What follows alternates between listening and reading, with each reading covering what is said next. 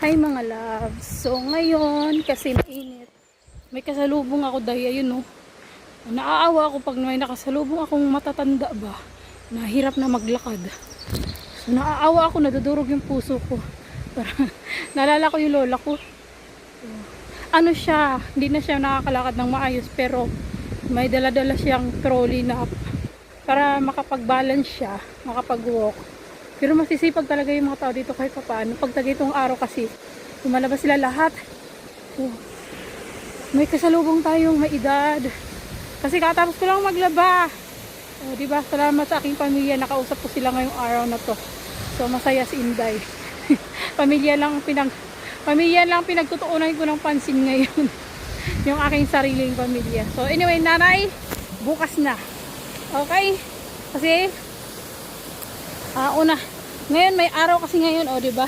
Nakapag-dress na ako ngayon. Diyan, nakapag-dress na si Inday. May waterproof dyan.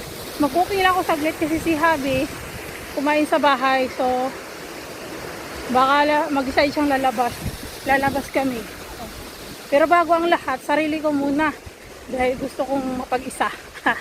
O diba? Charis!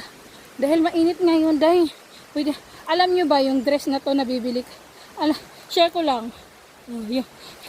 Yung dress ko na to, nabili ko lang to sa charity shop.